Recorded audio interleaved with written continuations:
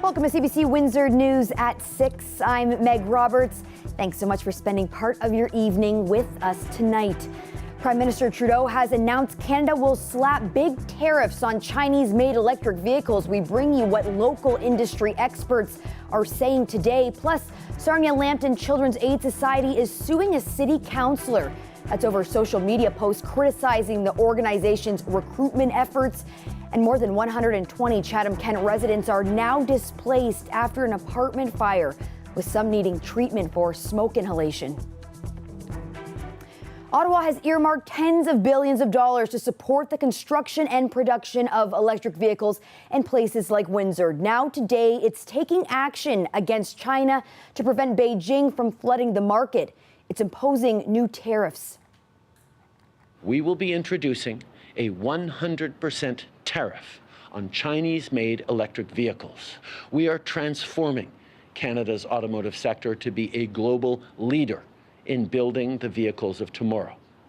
But actors like China have chosen to give themselves an unfair advantage in the global marketplace, compromising the security of our critical industries and displacing dedicated Canadian autos and metal workers. Trudeau also announced a 25% tariff on Chinese-made steel and aluminum. The tariff hikes follow a similar move by the United States. China has yet to react to today's announcement. Now, while today's announcement on EV tariffs carries international ramifications, experts say it's especially relevant to the Windsor-Essex region. The CBC's Dawson Chen has more. It's being described as the latest maneuver in a chess game between Canada and China. There's no doubt that the federal government's imposition of a tariff on Chinese-made electric vehicles is a calculated move. But the question of how Windsor-Essex should be feeling about the strategy has drawn mixed answers from observers. The head of the Windsor-Essex Regional Chamber of Commerce is focusing on the positive. You know, this is a step in the right direction, not just for Windsor-Essex, but I think it's the right direction for the country. Look, you know, the auto industry plays a very vital role in our economy. And we, at this point of time, are in the nascent stages when it comes to the EV industry, right? And I think this is a way to level the playing field here, because we know that the Chinese have an undue advantage, state subsidies. There needs to be a level playing field. So for the Windsor-Essex region, it's good news for sure. Canada's Automotive Parts Manufacturers Association is also welcoming the decision and say they've been pushing for such measures for months. You know, just think about the Nexstar battery plant going up and just about to open in Windsor, and all of those long-term investments by Stellantis and Ford. We first brought this up about 10, 11 months ago. We were talking about the threat at the time. We're trying to educate on the threat. We made the case that if we did nothing with the Chinese and their strategy to dominate the overseas market, all of the investments that we've made together, industry and government in Canada, over the last couple of years especially, weren't going to bear any fruit. But with so much at stake, especially locally, a U.S.-based auto analyst is warning that this isn't the end of the Chinese EV threat. He's describing the tariff as a stopgap measure meant to buy time. Even if you tariff them, they're 100%, there are still some Chinese vehicles that will still be the best priced vehicles at 100% tariff. The decision by the Canadian government is in line with the U.S. government in terms of the tariffs. We see this as a raising of the hurdle, not a barrier. The Windsor investment is important. It's a long game. It's a great investment. The Chinese are going to come regardless. It's not if, it's when. One thing all observers agree upon: the battle for dominance of the electrical vehicle market is developing, and Windsor-Essex is in the arena. We're at the receiving end, and especially an industry that we have really invested over $50 billion in Canada. I mean, that's a huge amount of investment, and high stakes is involved. Windsor-Essex plays a very important role. Dawson Chen, CBC News, Windsor. A 20-year-old man has been arrested and charged. That's in connection to a multi-vehicle fatal crash that happened on the 401 near Comber Friday morning. He's been charged with failing to stop at an accident and operating a vehicle while impaired. The collision occurred on the westbound lane between Gracie Side Road and Comber Side Road. Officers say witnesses had reported 2 people from one of the vehicles had fled the scene on foot, who were later caught and arrested on Lakeshore Road 305. Only minor injuries were reported related to that collision, but police say a secondary collision happened while they were investigating the first. It involved two tractor trailers and a pickup truck. The driver of one of the tractor trailers was pronounced dead at the scene, and the driver of the pickup truck was transported to hospital with life-threatening injuries. One man involved in the initial collision was taken into custody to wait for a bail hearing. The Children's Aid Society in Sarnia-Lambton is suing a city councillor for their criticism of a job ad. It centers on a posting aimed at diversifying the group's staff. The CBC's Chris Ensing reports. Here's the job poster that the Children's Aid Society in Sarnia-Lambton posted in May. In big, bold print, they lay out who they hope will join their team: Indigenous, Black, racialized, LGBTQ, and bilingual French-speaking applicants. It's for a child protection worker job.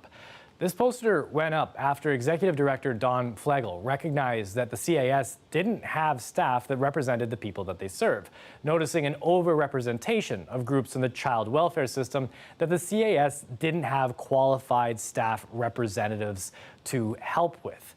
Now, that's according to court documents that were obtained by CBC News. They're filed as part of a lawsuit brought on by Flegel against Sarnia City Councillor Bill Dennis. She says that Dennis criticized the posting on his Facebook page, saying that this poster was an example of discriminatory hiring practices, displaying woke craziness, and that this type of discrimination disgusts me. Flegel says in her lawsuit that those comments are malicious, that they're defamatory. But there are times when an employer can post an ad seeking people from certain identifiable groups, and these types of postings are allowed under Ontario law. Especially when the goals are to diversify the workforce, or if you have a specific need that's related to the operation of your organization or your business itself. So if your workplace requires for safety reasons, in order to better serve your community, or in the interest of public welfare, you are allowed to specifically look for target hirings. Flegel made that case in the local paper, which according to court documents led to more comments from Dennis, calling Flegel a grifter, trying to make money in the race-hustling victim business, and that the councillor left comments on his page posted by others calling her a pervert that wants to destroy happy families for monetary gain. She wants an apology, a retraction, and $100,000. Dennis has not filed a statement of defense, but has hired a law firm and plans to defend himself against the claims. Chris Ensing, CBC News, Windsor. Windsor police are asking the public for video evidence. That's after a late-night collision in Windsor's East End that left a 19-year-old with serious injuries. Police say a vehicle traveled at high speeds north on Toronto Road through a residential neighborhood Saturday night.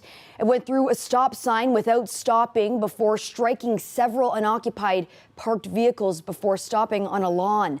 Officers were called to the scene at 11 p.m. and found wreckage of a Chevy Sonic. Windsor Fire assisted the 19-year-old passenger to get out of the vehicle and was taken to hospital. The 27-year-old driver had minor injuries and was charged with operation of a vehicle causing bodily harm. Windsor's mayor and police board chair are speaking out for the first time about allegations made against Chief Jason Belair.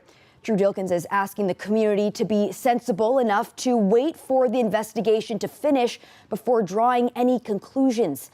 Last week, CBC News first reported on a human rights complaint filed by Windsor police officer Ed Armstrong. Armstrong is accusing Belair of making offensive comments towards the Black community. CBC News heard from members that these allegations undermine trust with police and are deeply troubling.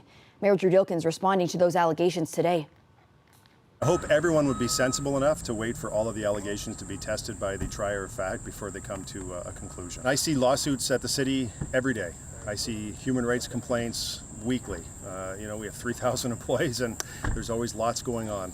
And at the end of the day, I don't get too fussed about these types of things until they've gone through a judicial or a quasi-judicial process like this one will. And when we get to the end of it, we'll be in a much better position to have an intelligent conversation on the topic. The allegations, which haven't been proven before the tribunal, took place between March 2023 and February 2024. CBC News previously reached out to the Windsor Police Service, which declined to comment. Armstrong could also not be reached for an interview. Well, an early morning fire has put more than 120 people out of their homes in Chatham, Kent. Just before 6 this morning, Chatham-Kent said they responded to a fire at a geared-to-income apartment building on McNaughton Avenue West. All 120 units in the building were evacuated and all residents have been displaced. One resident told the CBC his apartment was likely submerged in water due to the firefighters' efforts. Right now, he's staying at the Comfort Inn in Chatham, but others are staying with their friends or family. Pet and Wildlife Rescue in Chatham says they've been lending a hand by giving people a place to keep their pets. Our animal control officer went to the scene very quickly. As usually with apartment buildings, there is quite a few animals, and he spent pretty much his entire day picking up animals, bringing them to the shelter, trying to locate owners, and then it was more like a supplying food and litter to the different people that were displaced throughout the day.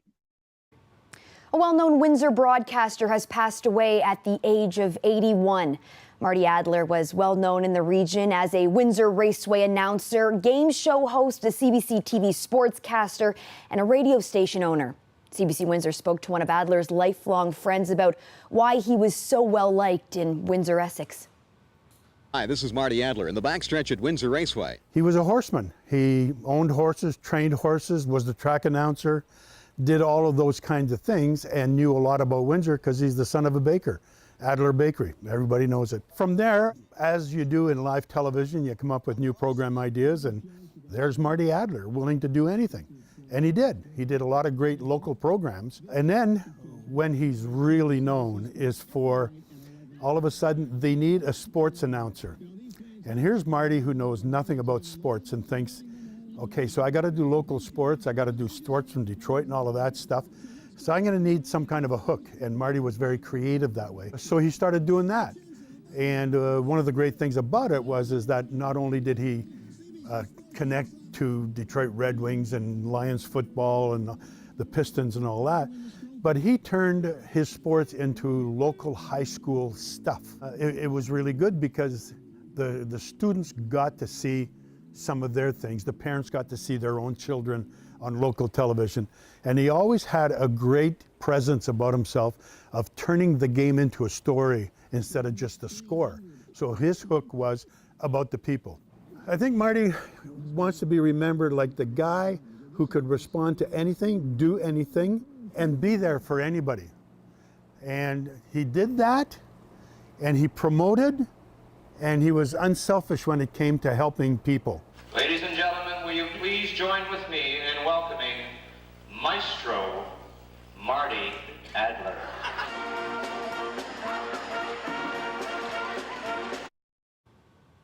The city's newest park has opened at the South Cameron Woodlot, and it's completely accessible. Today marked the end of installation for $10 million in new playground equipment. This park is much different than the traditional open field park. This is a natural woodlot and wetlands in the middle of the city. And all we see is greenery here, right in the heart of the city. That money was spent over the last 2 years redeveloping 34 playgrounds. Those investments were made in every ward across the city. There's also a 10-year plan for the South Cameron Woodlot that includes installing an asphalt trail, solar lighting, and a boardwalk area. Council has already approved to spend $2.6 million next year on that project. About 100 migrant workers from more than 9 different countries hit the soccer fields this weekend in Lambton County. They were competing in the second annual Migrant Workers Project Cup, which was hosted by the North Lambton Community Health Center. And as much as it was about the competition, the health center also used it as a way to get more information to workers on their local healthcare resources. I got to see the action in person this weekend.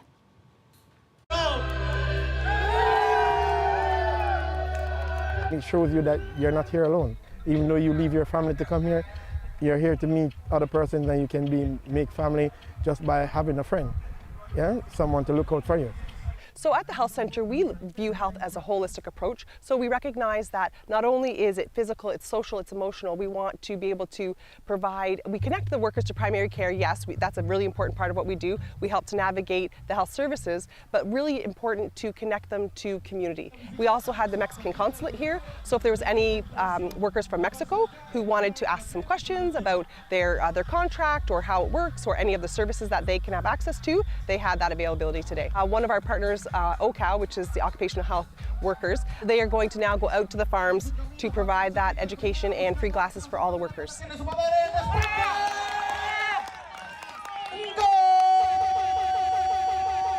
Everyone at my farm is really enlightened and excited to be here.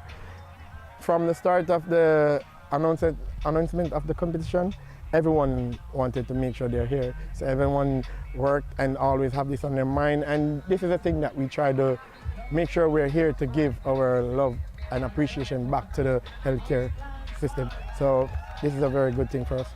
There is a lot of rivalry here with greenhouses. For one, my boss's uncles have a team in the competition and we're always at it. So whatever we do, we're always at it. So we do our best to try to make sure we win against them, even though we didn't get the best of them today, but we'll come in next year to get the best of them. Let me tell you, it's hot out there at the soccer tournament yesterday, and it's also hot out there today. And it doesn't look like those temperatures are going to let up much. Your weather forecast coming up after the break.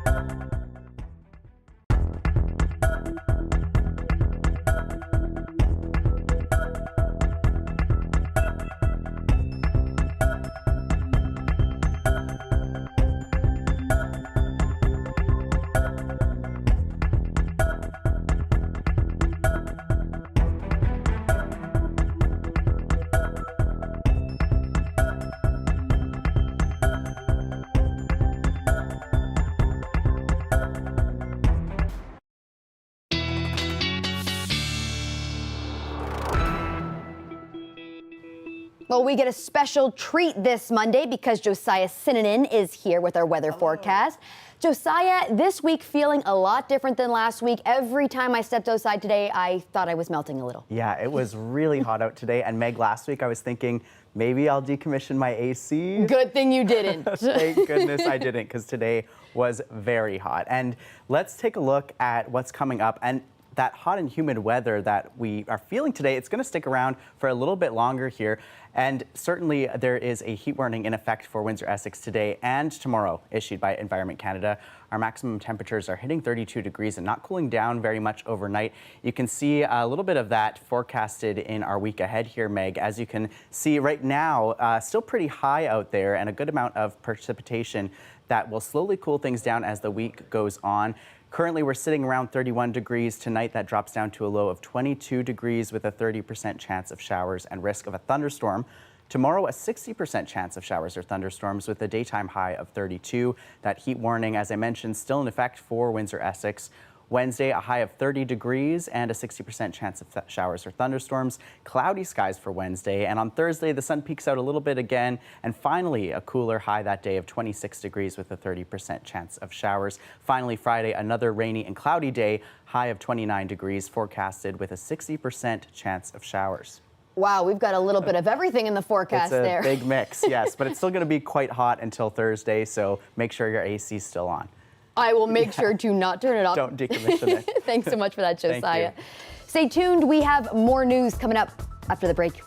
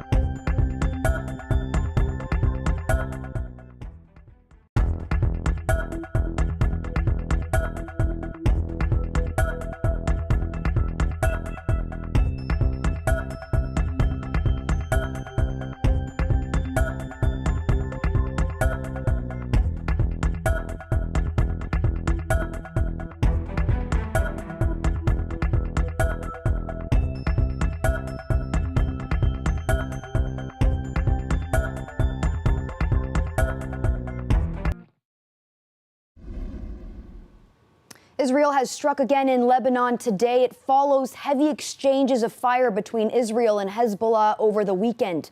Tensions in the region remain high, but as Sasha Petrusik reports, there are signs of possible de-escalation.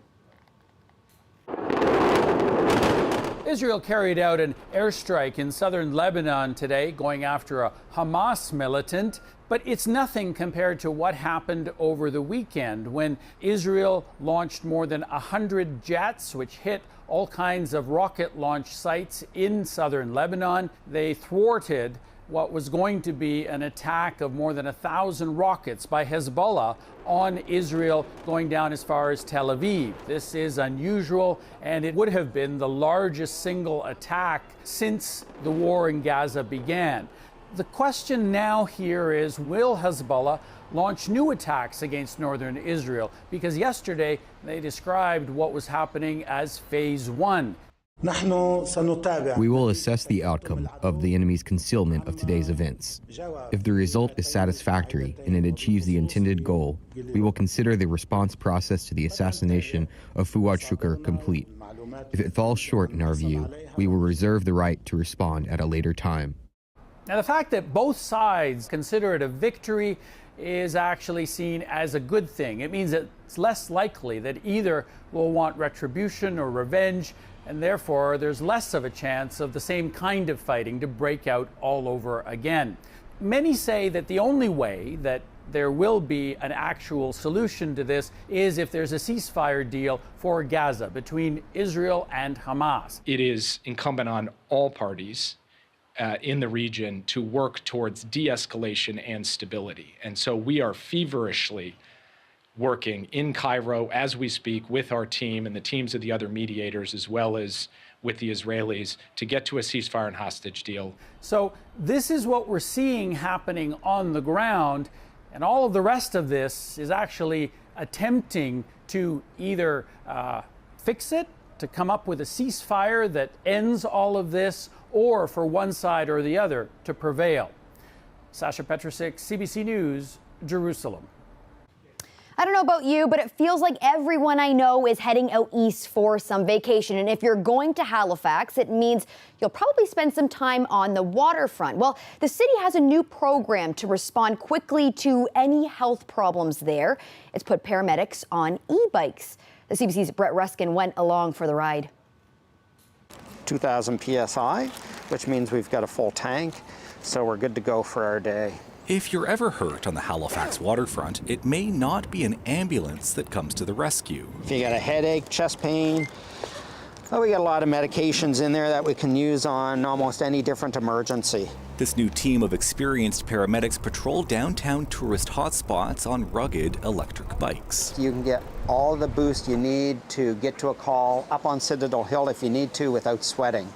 I don't think you would want us to come and attend to you and drip sweat all over you. The bike team launched this summer to provide extra help during the peak tourist season. Ambulances are still brought in for serious injuries. I asked what types of calls are most common. Sometimes fall, soft tissue injuries, stuff like that. And moments later, a tourist just nearby fell and twisted her ankle. So 0 being no pain, 10 being the worst, you're about a 5 or a 6. Yeah. The team treated the woman visiting from Ontario. And one of the guys saw us and said, hey, do you want to try bicycle? Because it gives me that feeling that, it's probably not broken. It's probably what I thought. I can go on with my day and deal with it. So, yeah. Then it was onto the bikes, picking up speed down hills, picking our way through dense crowds. So this is kind of typical, just going around people, keeping an eye out? Yeah, it's when we're just kind of patrolling the waterfront, it's not, unless we're going to a call, it's not a quick thing. This waterfront service doesn't take away from ambulance availability. The pilot project pays paramedics to work weekends on their days off. And so the bike shift isn't something you dread. Is it something you look forward to? Oh, absolutely, yeah. Once the tourism season wraps up here on the waterfront, they'll assess how best to expand the bike program for next year. Brett Ruskin, CBC News, Halifax. Celebrating a birthday is usually a piece of cake for most people, but not for Minette Bailey. The British woman decided to set herself a high goal for turning 102 years old. It meant jumping out of a plane from 7,000 feet to become Britain's oldest skydiver. And it's not just for the thrill of it. She's using the jump to raise money for charities that are dear to her. Bailey served with the Women's Royal Navy Service during the Second World War, but she says despite having married a paratrooper, this is her first time skydiving. Good job, Hal. Well, that's it for CBC Windsor News. Don't forget, for news anytime, you can go to our website at cbc.ca/Windsor. Thanks so much for tuning in. Looking forward to seeing you back here tomorrow night.